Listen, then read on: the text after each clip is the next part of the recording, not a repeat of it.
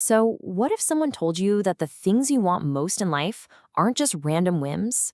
What if they're actually a map, leading you to your true destiny? That's the huge idea we're diving into today from Paulo Coelho's incredible book, The Alchemist. It's all about a young shepherd who learns to listen to his heart, to read the signs of the world, and to follow his own unique path, what the book calls a personal legend. This one sentence right here is the engine that drives the entire story. It's a pretty bold claim, isn't it? The idea that the whole universe is actually on your side, working to help you out. So let's unpack what this really means by following the journey of our main character, Santiago. All right, let's meet the guy. Our story starts with Santiago, a shepherd out in the beautiful fields of Andalusia, Spain. And honestly, his life is pretty great. He's got his flock, he's got the freedom to roam, he's got a book in his bag. What more could a guy want? Well, as it turns out, the universe has some bigger plans for him. See, his comfortable life gets completely shaken up by a dream he keeps having, over and over again. It's a dream that's pulling him away from the safe, familiar world he knows, and pointing him toward the mysterious Egyptian pyramids. A child in the dream tells him there's a hidden treasure waiting for him there, and that's his big conflict. Does he stick with the life he knows and controls, or does he chase this mysterious, dangerous calling? So, looking for some answers, he goes to see a gypsy who interprets dreams. She listens and then gives him this shockingly straightforward advice. But there's a catch. She wants a cut, 1/10 of the treasure. Santiago just walks away feeling, well, kind of dumb. He's convinced he just got played and wasted his time on a total fantasy. But right when he's about to just forget the whole thing, this mysterious old man sits down next to him on a bench. He says his name is Melchizedek, the king of Salem, and somehow this guy knows everything about Santiago's life, things a total stranger could never possibly know. And the king, he doesn't mess around. He hits Santiago with this huge, profound question, a question that gets right to the heart of why so many of us just give up on our dreams. And here's the answer he gives. The world's greatest lie is believing that we're powerless. The king says we don't lose control, we give it away. And this is so crucial, you know? It's a wake-up call that puts the responsibility for your life right back in your own hands. Then, Melchizedek introduces this amazing concept, the personal legend. It's not just a hobby or a goal, it's your life's purpose. It's the mission you were put on this planet to accomplish. And he explains that his job, his whole purpose, is to show up at just the right moment, right when someone's about to give up on their destiny, to give them a little nudge. But that help isn't free. The king asks for 1/10 of Santiago's flock. Think about that. Not a promise of future treasure, but a real, tangible piece of his life right now.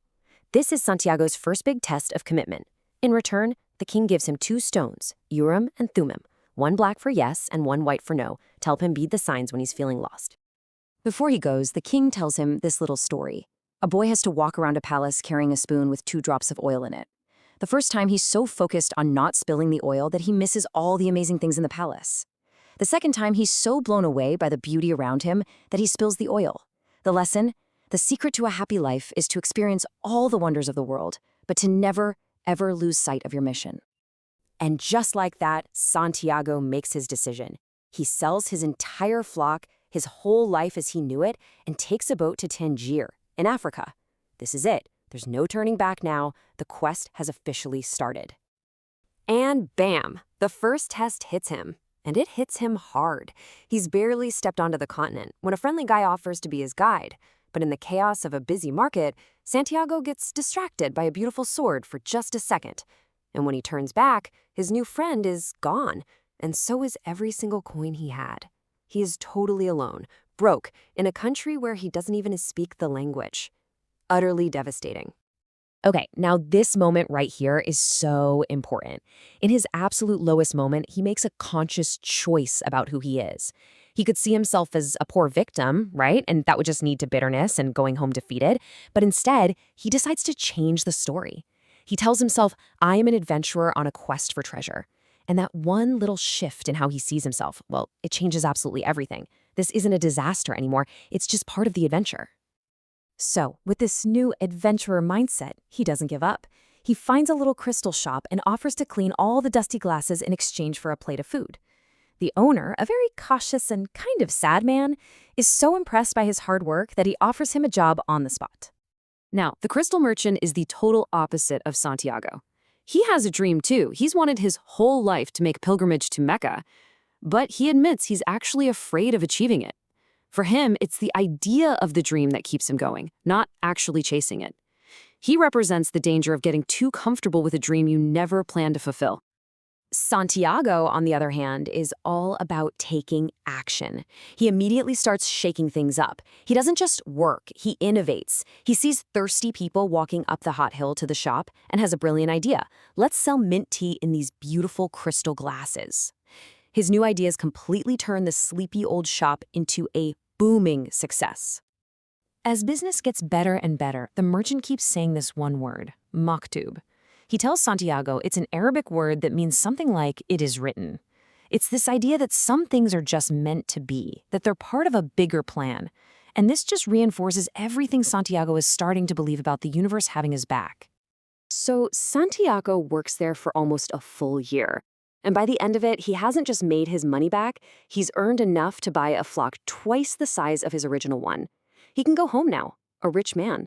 He turned a total disaster into a huge success. The safe choice, the comfortable way out, is right there for the taking. But as he's packing his things to go home, he pulls out those 2 stones the old king gave him.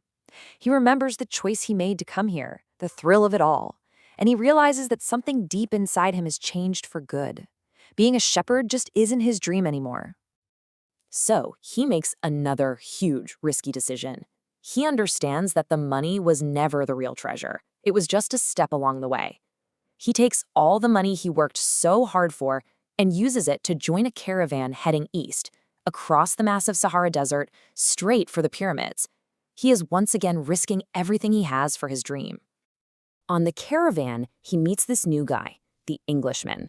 And their dynamic is awesome because it shows 2 totally different ways to find wisdom. The Englishman is all about his books, trying to understand the universe through complex texts and intellect. Santiago, though, learns by watching the desert, listening to the wind, and paying attention to his own intuition. He's learning to speak what the book calls the language of the world. Eventually, the caravan reaches this huge, sprawling oasis called Al-Fayoum, where they have to stop because of tribal wars in the desert. And it's there, by a well, that Santiago sees a woman named Fatima. And in that one single moment, he gets it. He understands what love at first sight is. He realizes that love isn't a distraction from his personal legend. It's the most important part of that universal language he's been learning. Santiago is so in love that for a second, he thinks about just staying there, giving up the treasure for her. But Fatima, who understands the ways of the desert and of destiny, teaches him an incredible lesson. She knows that real love doesn't hold you back. It pushes you forward. She tells him to go, to finish his journey, and she promises that if they are meant to be, he will return to her. But his journey is about to get a lot more complicated. One day, while watching 2 hawks fly in the desert, Santiago has a sudden, terrifying vision. An army is going to attack the peaceful oasis. So now he's faced with this impossible choice. The omens have just shown him a disaster that could kill thousands of people. Which brings us to a massive question. What do you do when following your personal dreams suddenly puts the lives of everyone around you at risk? And that's where we'll leave it for you to find out.